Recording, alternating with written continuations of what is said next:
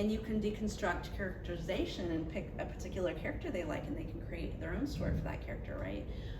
So there are different ways. The way that we're doing it, again, is your crucial event. You have your purpose of your story written down there in some way. The next thing is point of view. How do you want to tell your story, right? So think about that. Think about your crucial event. Do you want to tell it from the perspective of the inside view, like first person, right?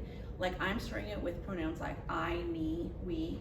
Or do you want to tell it more of like an outsider looking down upon your story, like omniscient narrator, like using he, she, they? It's really up to you, however you want to do it. I tend to story from first person because that's how I feel most comfortable doing. But you have to decide, I think, and this could change, right? As you're creating your story, it might change. I don't want to say it's going to be, solid and permanent. Just let's start out with a point of view you feel comfortable in telling right now. Okay? Any questions so far?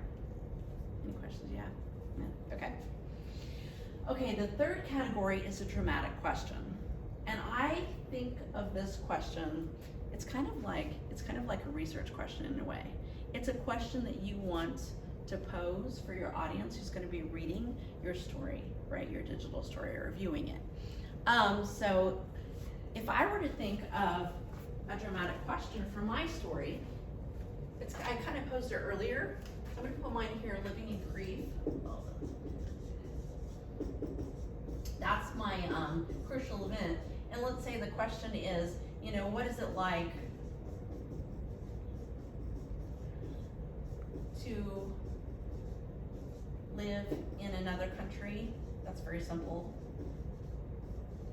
And I might extend it by saying, what is it like to live in another country for someone who's never traveled outside the US or something like that. So I'd like for you both to come up with a dramatic question of some kind, like something that your story will help to answer, okay? Think of it that way.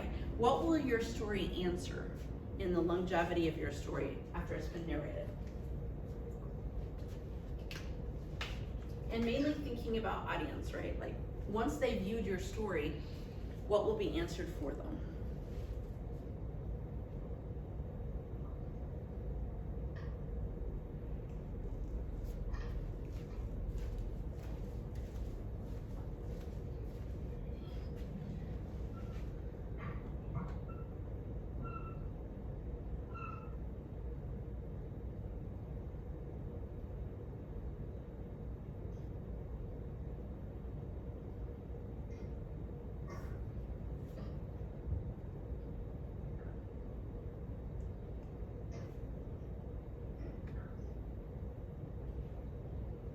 While you are both coming up with that question, I'm going to add like a sign-in sheet, and I'll sign you both, and this just is keeping track of who's come to my workshop, and that will just help me also for data collection.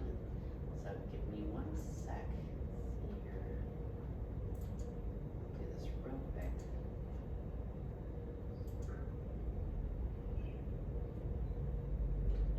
Oops.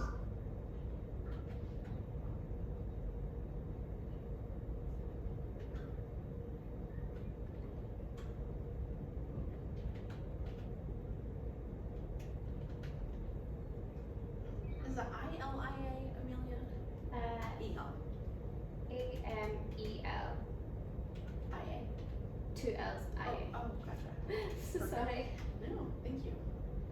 As I told you before through email, it's my youngest daughter's name, Amelia, except hers is E-M-I-L-I-A. And I told her, I said, your name is from Othello, William Shakespeare's Othello, the play Othello, but it's a maidservant. She goes, a maidservant? That's what I'm named after. I'm like, yeah.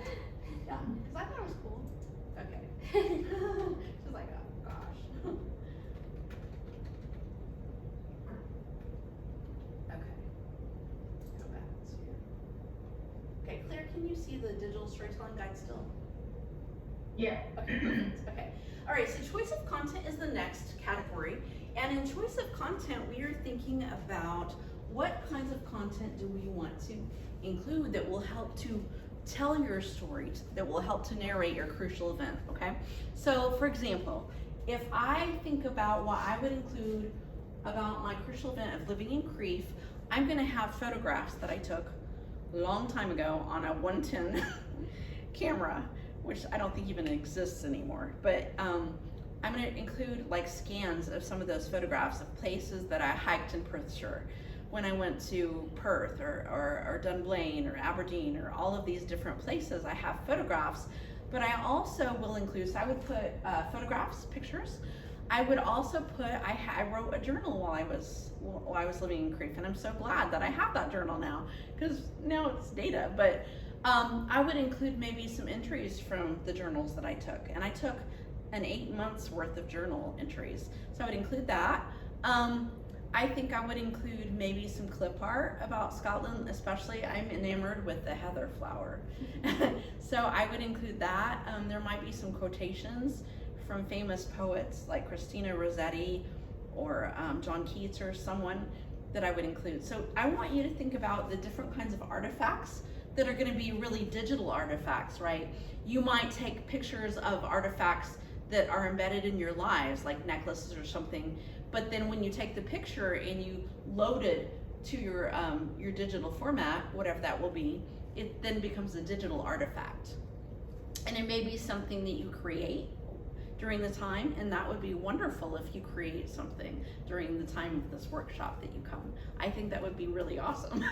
But you may already have artifacts that are a part of that, or make you think of that crucial event in your life. Like, for example, let's, Amelia, if you think about, like, I don't know, like a course description, or perhaps there was an activity you did with your school children in student teaching, that, or a field experience that you want to, that's an artifact. So think about those kinds of things. The same thing with you, Claire, if there's something from your field experiences that you've gone to, or something from the classroom, or things that make us think of and identify us as teachers. Well, in the US, it's like apples. I'm sure it's similar here, right? Is it like that?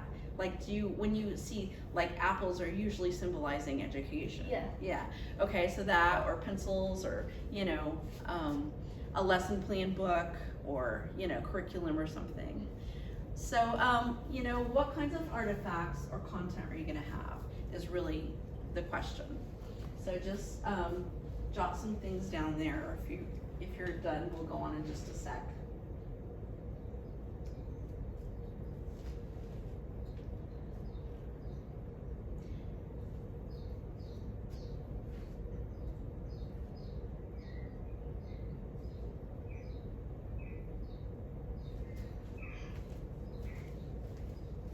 And those pieces of content that we put in our stories, because this is digital, that means that we're not only doing a voiceover, if you choose to do it that way with narrating, or texting it, however you want to do, and I'll explain that later. But it's more than just telling a story as if you would sit down, write a story to a stranger or a friend on the bus, or having a chat with friends. Because this is very visual, we want to make sure that the content that we include in the story is very connected to that event in some way. Okay. Next one is kind of logical. I don't know that you need to write anything, but it's the category is clarity of voice, right? So, what I tell my students when they fill this part out is just kind of a statement that's going to remind you how to make sure that your words are clear. If you're doing a voiceover, if you are typing out narration instead of a voiceover, that's optional. You can do either one, or you could do bits of both. That the words are grammatically okay, they're spelled correctly. The size of font is very clear. It's not like French script or something that's hard to read. That you are saying enough, but not saying too much. I've had students who put paragraphs on slides, and I'm like, that's a little bit too much. That's a little bit too much. If you're thinking of, like, I like to have you think of like a picture book, and how picture books are organized from page to page, where you would have, you might have a paragraph, but it's not gonna be like a really thick, paragraph. Like, it would be more simplistic kind of language too, depending on your audience, like who you are promoting this to.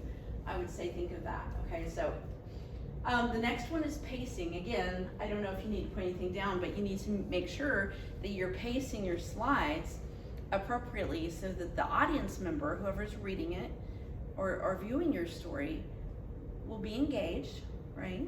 So kinds of things that provide engagement might also mean looking at animation. Like, what kind of animation? Are you gonna have animation? Like, I know there's one kind for PowerPoint where it takes it and it wads it up in a ball and it throws it. That's a type of animation. There's one where it kind of turns into an origami bird and soars off. Or there's one with like a theater where the curtains open and close. You don't have to do those things, but that's something you might want to think about. How many seconds are going to be per slide? You'll figure that out after you have your narrative written out and scripting, which we'll do. And then how we place them on the slides and how many seconds you want the slide to dwell. And also thinking about not only the text or the voiceover for that slide, but thinking about aspects such as what is going on in the artifact. Like if it's a photograph, how long do you want that photograph and that slide to be dwelled upon, right? I've had students I had a student one time who she wanted to story something really, really difficult, because like I said, I leave it open. Crucial can mean anything. I've had students story their experiences in being in a circus, because where I'm from, north of Kokomo, where I teach, I live in another kind of village an hour south, but an hour north of Kokomo in Indiana, there's a city called Peru.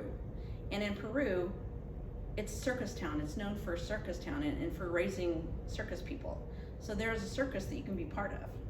And I've had students story that experience where they have grown up in Peru, and they have oftentimes become part of the circus. And they have, if I can find it tomorrow, I'll show it to you. One of the stories is about a young lady who spent many years in the circus, and it has her doing acrobatics and all of this that she'd videoed, and it was really exciting. But I also have those students who will oftentimes story like being raped or sexually assaulted, or having their children or siblings who've died. And this one young lady one time said, well, I have this.